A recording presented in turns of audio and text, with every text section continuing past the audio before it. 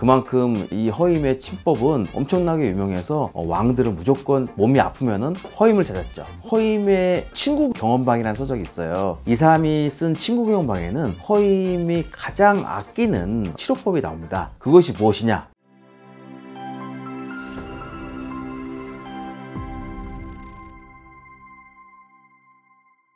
안녕하세요. 현재 중랑구에서 사문성한의원을 운영하고 있는 정유홍입니다.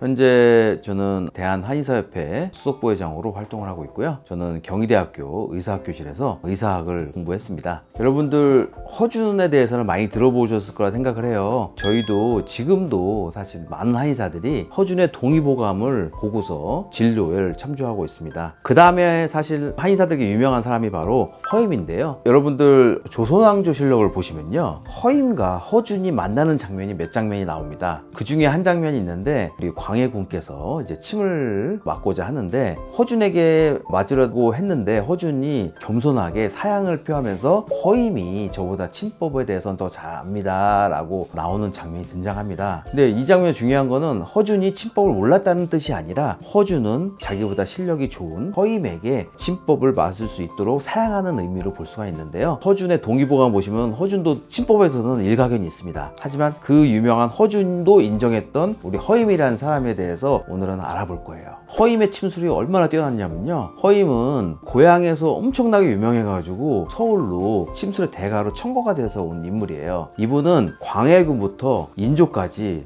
무려 여러 명의 임금을 침술로 다스렸습니다. 그만큼 이 허임의 침법은 엄청나게 유명해서 왕들은 무조건 몸이 아프면은 허임을 찾았죠. 허임의 친구 경험방이라는 서적이 있어요. 이 사람이 쓴 친구 경험방에는 허임이 가장 아끼는 치료법이 나옵니다. 그것이 무엇이냐? 보사법이에요. 보사법이라는 게 뭐냐, 모르는 분들을 위해서 간단하게 설명을 하면은, 보호하다는 뜻은 몸을 더 돋궈준다는 뜻입니다. 그 다음에 사한다는 뜻은 몸에 있는 기운을 거꾸로 돌린다는 뜻이에요. 한열 보법과 사법을 써가지고 이제 자유롭게 조절할 수 있다는 의미가 되죠. 여러분, 명불허전이라는 드라마 보셨나요? 김남길 주연의 이제 명불허전 드라마를 보시면요, 허임이 조선시대 살다가 현재시대 와가지고 침법으로 사람들을 놀래키곤 하는 내용이 등장하는데, 명불허전으로 많은 분들이 사실 허임에 대해서 관심을 많이 보이셔가지고 허임이 어떤 일을 했으며 이런 연구들이 그때 많이 나오게 됩니다. 여러분들, 침술에서 가장 많이 등장하던 시기가 조선왕조실록에 보면은 현종 때입니다. 현종은 조선왕조실록에 보면 종기가 굉장히 많았다고 그래요. 지금 종기가 많은 분들도 있지만 보기가 힘들죠. 예전에는 종기가 굉장히 많은 병이었어요. 종기로서 왕이 돌아가신 분도 있습니다. 재미있는 이야기가 있는데요, 현종 10년에 현종이 종기를 앓고 있었어요. 이럴 때 많은 의관들이 모였죠. 또 왕이 아프다면 당연히 의사들끼리 위원회가 열리고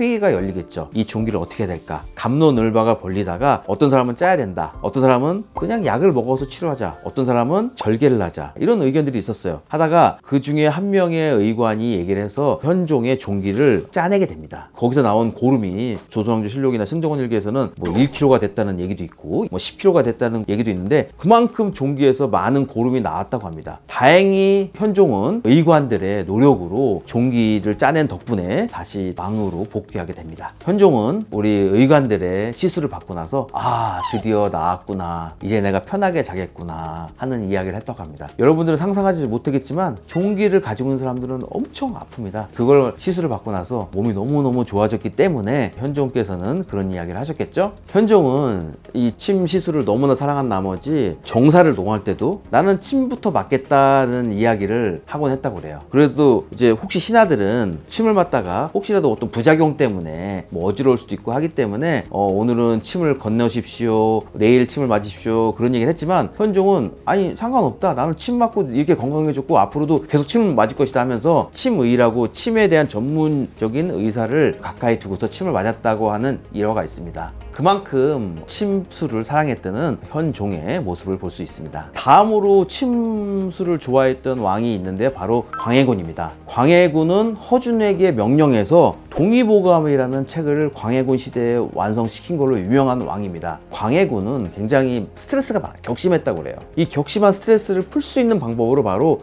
침법을 찾았습니다. 광해군은 침수를 받는 걸 너무 좋아해가지고 내가 침을 맞는 동안에 자질구레한 일들은 나에게 알리지 말아라. 왜냐면은 스트레스 받는 일이 있거나 이러면은 침 효과를 잘 볼 수가 없겠죠. 그래서 광해군 이후에 임진왜란 이후에 나온 사암도인이라는 사암침법을 만든 사람은요, 이런 얘기를 해요. 침법을 치료하기 위해서는 사람의 뜨고 가라앉은 감정을 유심히 살펴라, 이런 얘기가 있습니다. 그만큼 예전부터 우리 선조들은 이 침으로 이 기분, 정신을 치료할 수 있다는 뜻이 되겠죠. 그 다음으로 침수를 좋아했던 한 왕이 있습니다. 바로 선조입니다. 선조 39년에 선조는 귀병을 앓게 됩니다. 귀병을 앓고 있는데 계속적으로 침을 맞습니다. 선조가 침을 맞을 때는요, 본인이 침의를 한 명만 불러서 맞는 게 아니라 침의사, 치매 전문가인 의관 3-4명을 불러서 함께 침을 동시에 시술을 받았다고 그래요. 뭐 지금은 저도 상상할 수 없지만 엄청나게 고급진 치료를 받았겠죠. 그만큼 왕의 건강을 중요시했기 때문에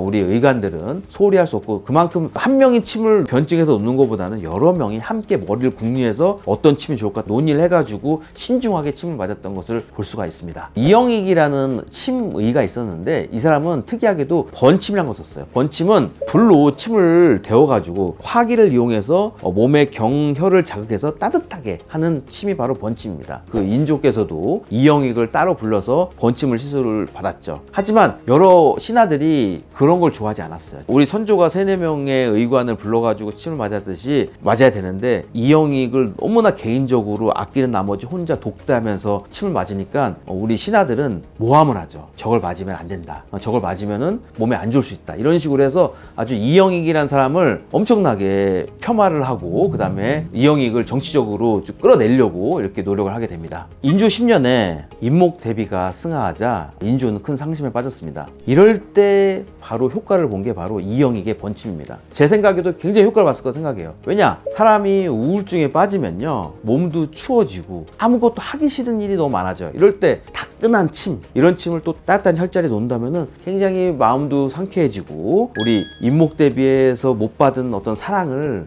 침을 통해서 느낄 수 있지 않을까 저는 생각을 합니다. 그런 식으로 이영익은 침을 달고도 번침의 요법으로 인조를 고쳤죠. 그 이후부터 인조는 이영익을 너무나 아끼게 되죠. 하지만 인조가 돌아가신 후 이영익은 인조를 돌아가시겠다는 누명을 쓰고 그 어의에서 물러나게 됩니다. 참 아이러니하죠. 네, 현재도 번침을 쓰시는 분들이 꽤 있습니다. 주로 아랫배를 따뜻하게 단전에다 침을 놓는다든지 무릎 같은데 관절이 차서 생기는 그런 질환에 침 끝을 촛불이라든지 이런 걸로 달궈서, 물론 소독을 잘 해가지고 이제 시술을 하게 되면은 굉장히 효과를 많이 본다는 연구 결과도 있고요. 네, 여러분 왕실의 침법 재밌게 들으셨나요? 이렇게 왕실에서 침법을 굉장히 사랑하는 왕들이 많은데요. 우리 이러한 왕실의 침술 여러분들이 원하신다면은 지금 전국에 15,000개의 한의원에서 여러분들 치료받을 수 있습니다. 가까운 한의원 찾으셔가지고 그 혜택을 마음껏 누리시기 바랍니다. 감사합니다.